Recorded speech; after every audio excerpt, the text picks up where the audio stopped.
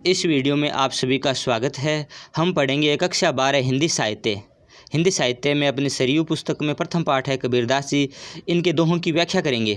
तो व्याख्या में सबसे पहले प्रसंग लिखा जाता है, उसके बाद व्याख्या और उसके बाद विशेष।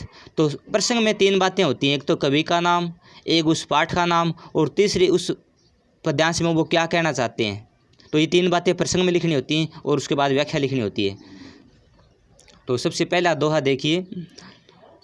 गुरु गोविंद तो एक है, दूजा यह आकार, आपा मेटे जीवित मरे, तो पावे करतार।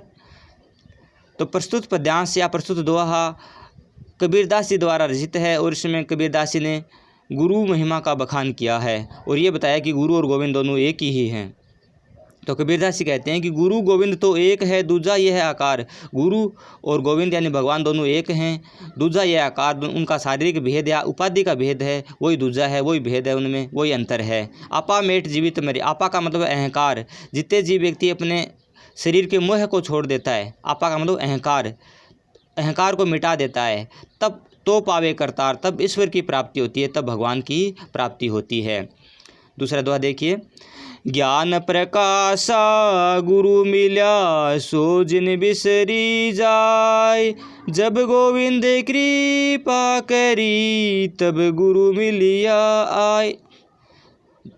इसमें कबीरदास जी कहते हैं कि गुरु मिला ज्ञान प्रकाशा। गुरु के प्राप्ति होने पर ज्ञान का प्रकाश होता है, गुरु मिलने से ज्ञान का प्रकाश होता है। सो जिन बिसरी जाए, जिन का मतलब नहीं, इसलिए उनको हमें भुलाना नहीं चाहिए, बिसराना नहीं चाहिए। जब गोविंद कृपा करी तब गुरु मिलिया आए। जब भगवान की कृपा होती है तभी सदगुरु की प्राप्ति होती है। गुरु मिलिया आए का मतलब है गुरु मिलते हैं। तीसरा दोहा देखिए। पीछे लागा जाई था लोक वेद के साथ, आगे थे सत गुरु मिला, दीपक दिया हाथ। इसमें कबीरदास जी कहते हैं मैं भी सांसारिक लोगों की तरह इनके पीछे लगा हुआ जा रहा था। लोक और वेद, लोक का मतलब संसार और वेद का मतलब वेद की मान्यताएं, शास्त्र ज्ञान, शास्त्र ज्ञान और लोक दोनों के पीछे मैं लगा हुआ, परंपरा है जो लोक परंपरा है उनके पीछे पड़ा हुआ था। लेकिन आगे थे सतगुरु मिला। जब आगे सामने सतगुरु मिले, सतगुरु के दर्शन हुए, तब दीपक दिया हाथ ही, यानी मेरे हाथ में ज्ञान का दीपक दे दिया, ताकि मैं उन लोगों के जो परंपरागत मार्ग हैं, जो अनुसरण कर रहे हैं अज्ञानतावश, उन मार्ग पर नहीं चलूं और अपना मार्ग देख सकूं, इसलिए उन्होंने मेरे हाथ में दीपक दिया।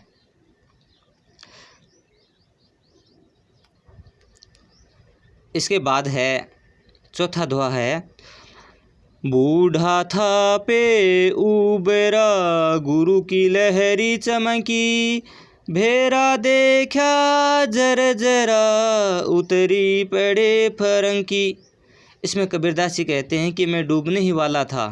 बूढ़ा था यानी डूबने वाला था, पे उबरा, लेकिन मैं उबर गया, बच गया। गुरु की लहरी चमकी। जब गुरु की कृपा हुई, जब गुरु ने दर्शन दिए या गुरु की कृपा हुई।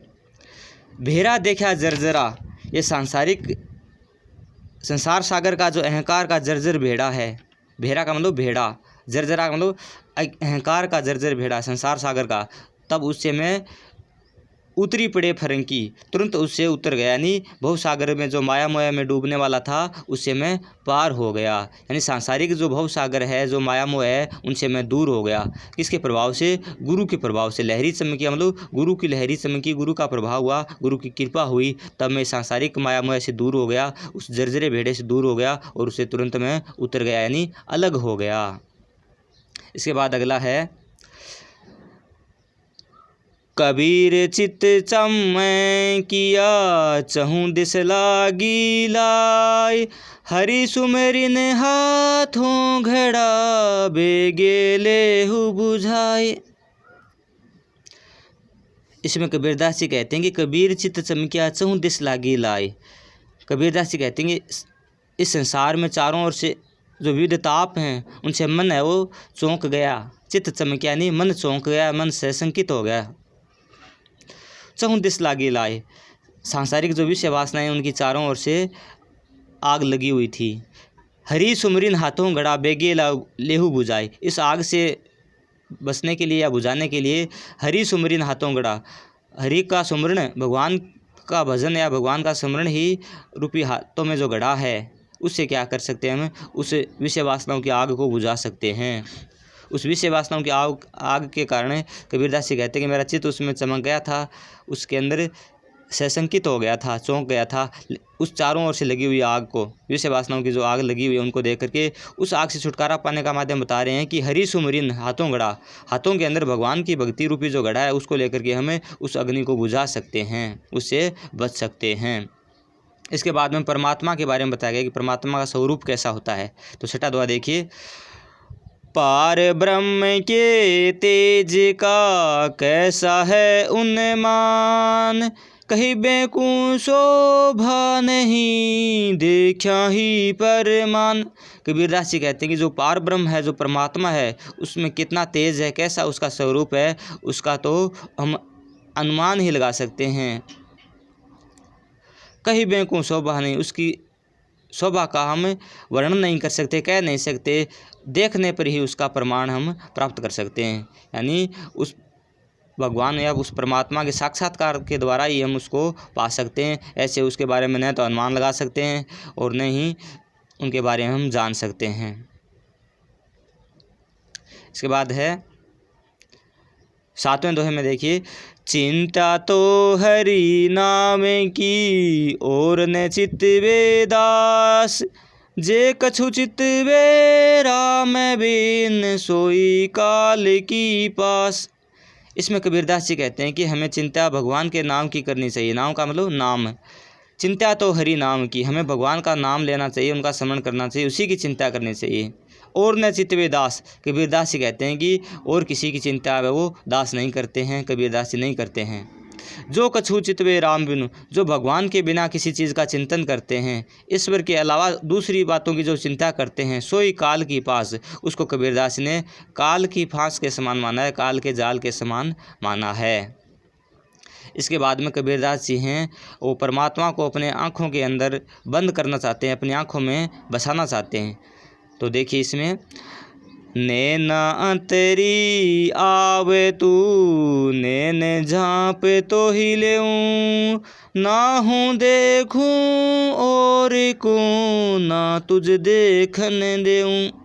कबीरदास जी कहते हैं कि नैना आंतरी आव तू मेरे नैनों के भीतर समा जाओ, नैन झाँप तो ही लेऊँ, और तुमको प्राप्त करने के बाद में मैं अपने नेत्रों को बंद कर लूँ, झाँप लेऊँ बंद कर लूँ, ना हूँ देखूँ और को, मैं तुम्हारे अलावा यानी परमात्मा के अलावा और किसी को नहीं देखूँ, ना तुझ देखन दूँ, और ना ही तुमको किसी और भक्त की तरफ या और दूसरों की तरफ देखने दो। यानी सिर्फ एकमात्र मैं तुमको मानना चाहता हूँ, तुम मेरे आराध्य हो, और तुम भी अपने दास को उबारो और किसी को मत देखो।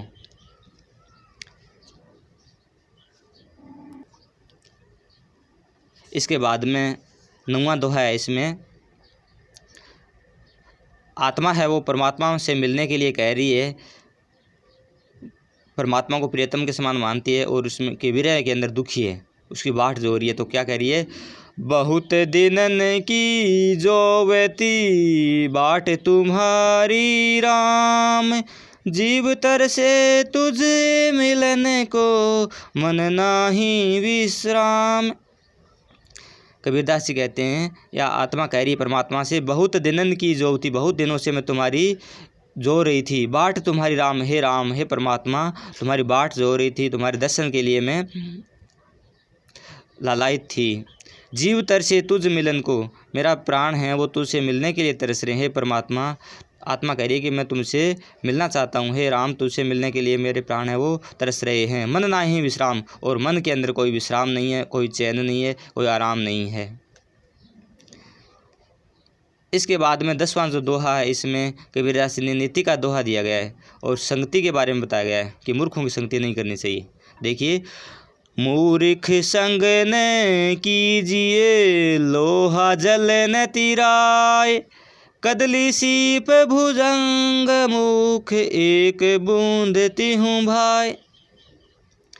कबीरदास जी कहते हैं कि मूर्ख संग नहीं कीजिए, मूर्ख लोगों की संगति नहीं करना चाहिए। लोहा जल न तैराए, क्योंकि लोहा जल में हमें तैरा नहीं सकता है, लोहा पार नहीं कर सकता, क्योंकि जल में अगर हमें पार करना है तो लकड़ी चाहिए, नाव चाहिए। तो लोहा हमें जिस तरह से जल को पार नहीं करा सकता, इसी तरीके से मूर्ख लोगों की संगति हमें नहीं करना चाहिए। कदली सीप भुवंग मुख, भुवंग कहते हैं सर्प को, कदली होता है केला, सीप होती है सीप जिसे मोती बनता है। तो इन तीनों के अंदर एक बूंद ती हूँ भाई, स्वाति नक्षत्र की जो एक बूंद है वो तीनों में जाकर के अलग अलग प्रभाव डालती है। केले में जाकर के वही स्वाति नक्षत्र की बूंद अमृत बनाती है, उसमें मिठास पैदा करती है। वही सीप के अंदर जाकर के मोती पैदा करती है, और वही सांप के मुख में पड़ जाए तो उससे विष बनता है। तो एक ही बूंद तीन प्रकार से तीन गुणों में बदल जाती है। इसी तरीके से मूर्ख लोगों की संगति करने से अलग अलग प्रभाव पड़ता है। और 11वें दोहे में कबीरदास जी ने इस संसार को श्यामल के फूल की तरह माना है। तो देखिए इसमें जिस तरह से श्यामल का फूल होता है वो लुभावना होता है, देखने में सुंदर लगता है, लेकिन उसमें कोई सार की बात नहीं होती है। यह ऐसा संसार है जैसा श्यामल फूल, दिन 10 के व्यवहार को झूठे रंग न भूल। ये ऐसा संसार है जैसा श्यामल फूल, जिस तरह से श्यामल का फूल होता है इसी तरीके से ये संसार भी सारहीन है। दिन 10 के व्यवहार को, इस संसार में थोड़े समय के लिए जीना होता है, जो ज़िंदगी है वो उसको 10 दिन का व्यवहार कहा है कबीरदास ने। और इन झूठे रंगों में हमें भूलना नहीं चाहिए। इस दुनियादारी में, इस माया के अंदर हमें भूल करके, झूठे रंग के अंदर भूल करके नहीं रहना चाहिए। और अगला जो दोहा है इसमें कबीरदास ने बताया है कि लोग हैं वो सांसारिक माया मोह में, विषय वासनाओं में जिस तरह से लिपटे रहते हैं, जैसे मक्खी है वो गुड़ के अंदर क्या है, चिपट जाती है। तो 12वां और अंतिम दोहा देखिए। माखी गुड़े में गड़ी रही, पंख रही लपटाई, ताली पीटे सिर धुने, मीठे बोई माए। इसमें कबीरदास जी कहते हैं कि मक्खी होती है वो गुड़ के अंदर लिपट जाती है, और उसके पंख हैं वो उस गुड़ के अंदर चिपक जाते हैं, गुड़ के मीठे के लालच के कारण। तो ताली पीटे सिर धुने, मीठे बोई माए, मीठे के लालच के कारण वो क्या करती है, उस गुड़ के अंदर चिपक जाती है, अपने पंखों को उसमें लिपटा लेती है, और अपना जीवन है वो उस लालच के कारण समाप्त कर देती है। इसी तरीके से संसार के अंदर जो विषय वासना हैं, जो सांसारिक जो सुख हैं, वो उस मिठास की तरह व्यक्ति को आकर्षित करते हैं, और आकर्षित करके उसको अपने अंदर फंसा लेते हैं, जिस तरह से मक्खी है वो गुड़ के अंदर चिपट जाती है। तो इसी के साथ हमारा ये कबीरदास जी का प्रथम पाठ है, इसमें दोहे हुए, बाकी अगली वीडियो में पढ़ेंगे। नमस्कार, धन्यवाद।